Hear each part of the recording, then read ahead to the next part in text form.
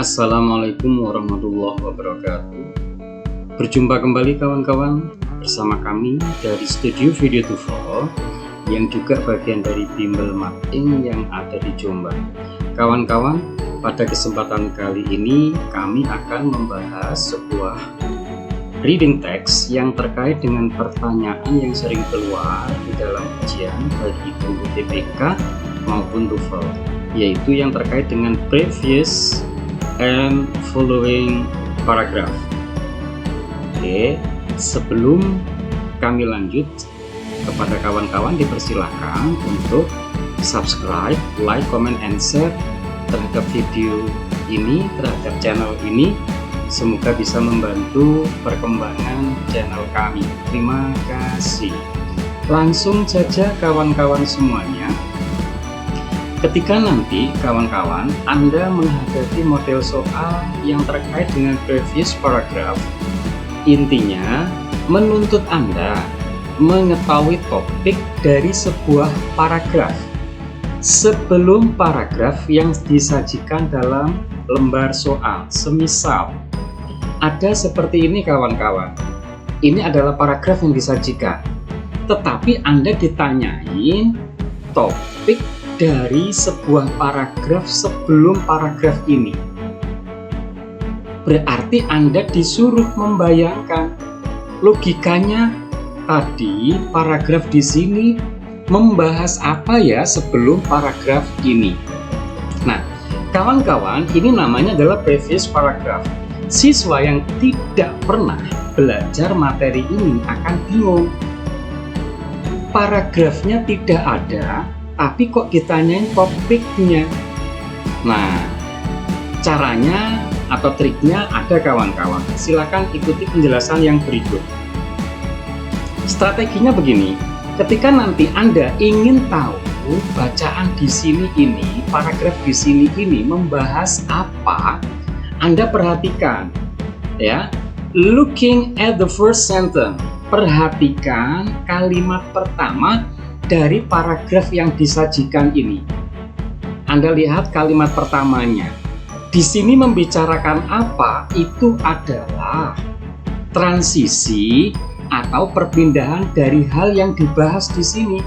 Berarti yang dibahas di sini dan yang dibahas di sini adalah lanjutannya. Ada sebuah kesinambungan. Ya. Maka nanti kawan-kawan cukup memperhatikan kalimat pertama dari paragraf yang disajikan ini. Ini kalau nanti Anda ketemu yang namanya previous paragraph, ya. Tetapi kalau nanti Anda kawan-kawan ditanyain adalah following paragraph, menuntut Anda mengetahui topik dari sebuah paragraf sesudah paragraf yang disajikan. Ini paragraf yang disajikan. Sesudahnya nanti membahas apa ya? Nah, itu ditanyakan. Topiknya nanti di sini apa ya? Itu nanti ditanyakan kawan-kawan. Oke. Nah, nanti strateginya adalah kalau Anda ketemu soal yang menanyakan following atau after ya, paragraf, maka lihat saja kalimat terakhir dari paragraf yang ada di sini. Kawan-kawan perhatikan kalimat terakhirnya. Di sini nanti kalau mau pindah ke paragraf ke sini masih sama, harus ada yang namanya kesinambungan. Sebagaimana di sini nanti, sebagaimana tadi yang di sini, mau pindah ke sini, mau pindah ke paragraf berikutnya, tentu harus ada kesinambungan.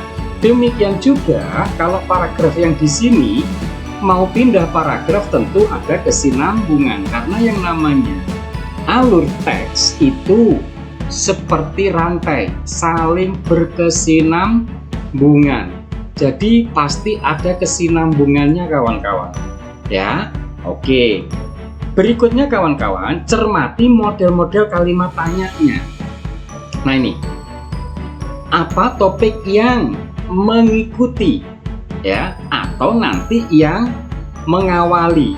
Model-model soal seperti ini tentu trik ini yang harus kawan-kawan pakai. Kita lanjutkan untuk berikutnya. Nah, Di sini kawan-kawan, Anda akan ketemu bacaan yang mempunyai pertanyaan ini. Kata kunci ini kawan-kawan, preceding itu berarti mengawali, berarti Anda ditanyain di wilayah sininya nanti. Oke, Anda ditanyain di wilayah sini, paragraf yang di sini apa ya?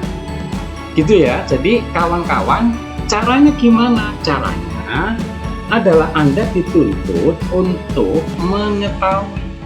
Lihat saja kalimat pertama dari paragraf ini. Dari paragraf ini Anda perhatikan kalimat pertamanya. Kita cek, kita terjemahkan. Ketika sebuah gempa bumi yang kuat terjadi di dasar laut daripada di daratan. Nah, di sini ada kalimat, bagian kalimat yang membahas dua subjek, yaitu gempa bumi yang terjadi di dasar laut dan gempa bumi yang terjadi di darat. Kawan-kawan, perlu kita lanjutkan sebentar. Paragraf ini membicarakan yang mana? Yang gempa di dasar laut atau gempa yang ada di daratan? Kita cek kalimat berikutnya. Ada kata-kata keyword atau kata kunci yang menunjukkan paragraf ini membahas gempa di dasar laut atau gempa bumi di daratan. Coba kita lihat, ada kata kunci, ada kata sea water. Ini istilah dalam laut. Ini ada gelombang, ini istilah laut. Ada tsunami, ini laut. Berarti besar sekali kemungkinannya di sini adalah gempa yang ada di darat. Darat itu land. Terkait dengan bacaan ini, berarti jawabannya adalah cari saja gempa yang ada di daratan. Karena ini membandingkan dua. Kawan-kawan, ini kan ada komparasi, ada perbandingan. Nah, ini ada rather than. Satunya sudah dibahas di paragraf sini, yaitu gempa yang terjadi di dasar laut. Logikanya, satunya lagi adalah gempa yang terjadi di daratan. Maka jawabannya adalah yang C. Berarti paragraf sebelumnya tadi membahas gempa yang terjadi di daratan. Oke, itu untuk paragraf yang ini. Berikutnya kawan-kawan, kita lihat. Nah, ini ada kata kuncinya. Maaf sampai ketinggalan karena tadi sudah mudah sekali dipahami ya. Ini kata kuncinya. Ketika gempa terjadi di dasar laut daripada di daratan. Ini kata kunci di kalimat pertama tadi. Oke, kita lanjutkan kawan-kawan. Nah, sekarang ada pertanyaan apa? Oh, ternyata pertanyaannya adalah following passage. Berarti Anda ditanyain yang berikutnya di sini nanti membahas tentang apa, kan begitu? Oke, kawan-kawan, saya sela dulu, maaf. Anda harus sangat-sangat paham terhadap kata ini. Ini artinya adalah mungkin. Bukan seperti bukan suka ya. Kalau ada kata likely itu mungkin. Itu sering muncul di UTBK. Ya. Oke, dalam soal UTBK tidak menggunakan maybe, tidak, tetapi menggunakan kata likely. Oke, kita lanjutkan. Paragraf yang diminta adalah paragraf berikutnya. Ini tentang apa? Ya, berarti triknya, caranya adalah kawan, Anda lihat kalimat terakhir. Kebalikannya ya, kalau tadi Anda disuruh mencari yang di sini, ketika paragraf sebelumnya Anda disuruh mencari di kalimat yang pertama, tapi kalau sekarang di kalimat yang terakhir. Berarti kita lihat dari sini saja. Ketika tsunami mencapai perairan daerah pantai, nah ini ya, it can reach. Tsunami itu bisa mencapai dengan ketinggian 30 meter atau lebih dan dapat menyebabkan banjir yang luar biasa dan kerusakan. Damage itu kerusakan. Jadi kawan-kawan harus memahami makna-makna yang ada di kalimat terakhir paragraf ini. Sampean harus nanti hati-hati kalau ketemu ini. Jadi cukup dilihat kalimat terakhir saja. Nah, kalimat terakhir di sini ada kata flooding, banjir. Banjir ini kan bencana, ya, membawa kerusakan. Damage itu kerusakan. Berarti jawabannya mana? Kan begitu. Nah, maka jawabannya tentu bukan masalah jarak, bukan perbedaan, bukan penyebab. Di sini ada kata efek destruktif, efek yang merusak.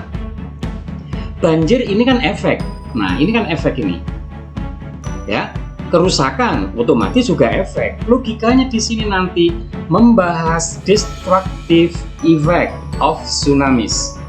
Maka jawaban soal ini tentu jawabannya adalah yang B.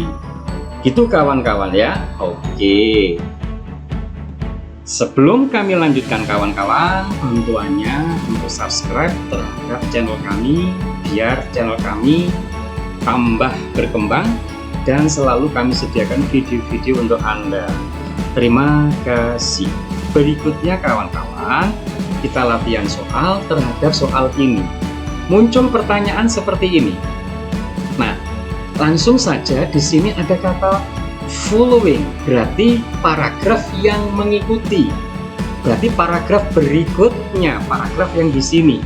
Hati-hati ya, bukan yang di sini ya, bukan yang di sini, tetapi di akhir karena ada kata following. Nah, kawan-kawan sekali lagi kita lihat saja paragraf ini di kalimat terakhir. Apakah sudah bisa membantu?